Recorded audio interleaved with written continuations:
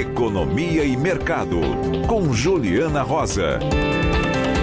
Boa tarde, Juliana Rosa, tudo bem? Tudo bem? Boa tarde, Cris, Lana, Cláudio, boa tarde você ouvinte. A gente conversava agora há pouquinho aqui, Juliana, justamente sobre aquele vai e vem de hoje cedo do ministro Paulo Guedes, que deixou os assessores, não, pelo amor de Deus, que não situação, fala isso. Né? O que o senhor falou?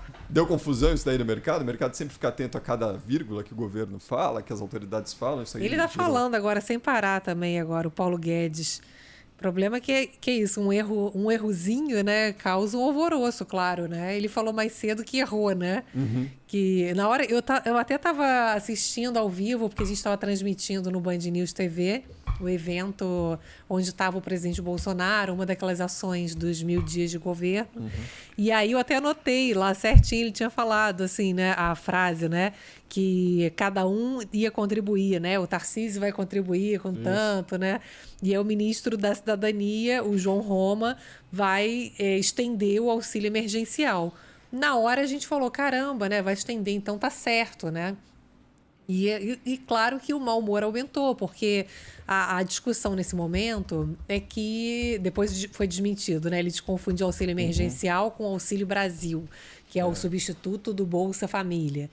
Enfim, a gente sabe que tem uma pressão enorme, a preocupação é a seguinte, tem uma pressão enorme da ala política do governo para poder estender o auxílio emergencial. Só que é num momento onde a economia brasileira está se recuperando e que é difícil você conseguir convencer de que você está numa situação onde você está numa situação de emergência para ter o auxílio emergencial. O que a gente precisa realmente é de um aumento de proteção social muito focado nessa população de baixa renda que está sofrendo muito ainda com a pandemia, que seria o Auxílio Brasil. Até eu estou confundindo, viu?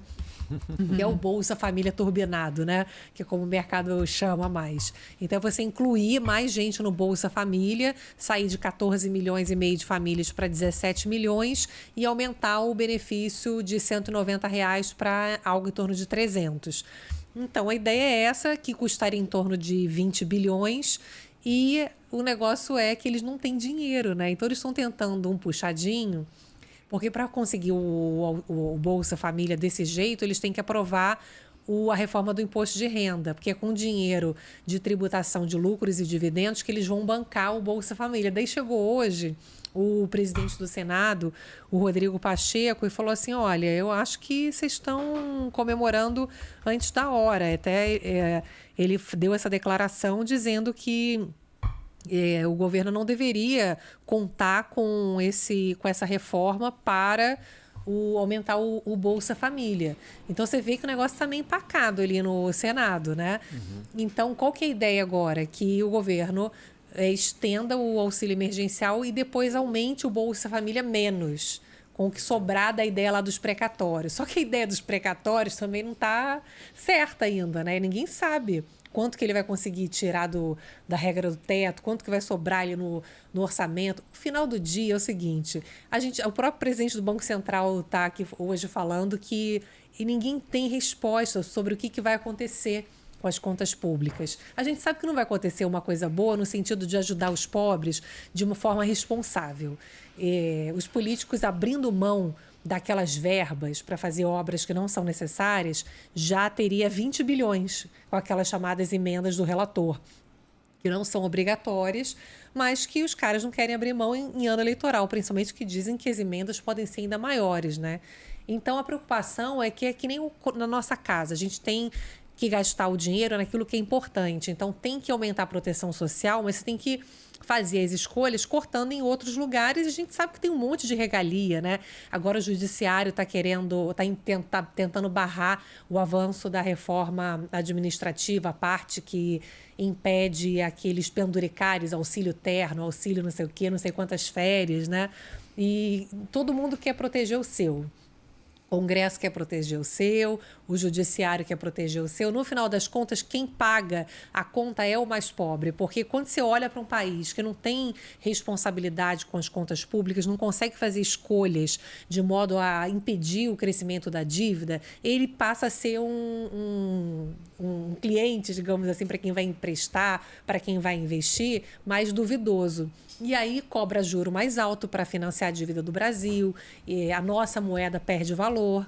Tanto é que a nossa inflação está a 10%. A gente tem uma inflação que é mundial, mas se você compara com outros países, como o Chile, o México, outros países emergentes, eles também estão sofrendo pressões inflacionárias do mundo, de custos de energia, de custos de frete, de desabastecimento, mas eles estão com inflação em torno de 4% a 5%. A nossa está 10%.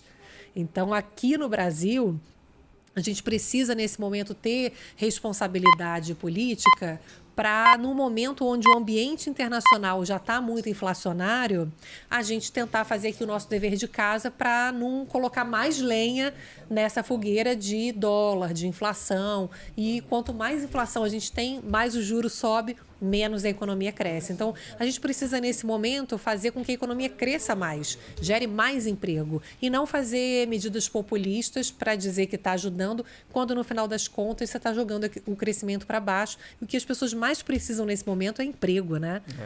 Com certeza. Essa é a confusão toda, né? Parece, mas não é, né? Estamos ajudando, mas não é, né? Você lembra aquela propaganda antiga? Eu falei outro dia com a Lana, que eu me lembrei, tô ficando velha. Parece, mas não é? Sei, então, é isso. Outra coisa que o Cris lembrou antes do intervalo é: não vamos dar mais vale CD, vamos dar vale gasolina agora.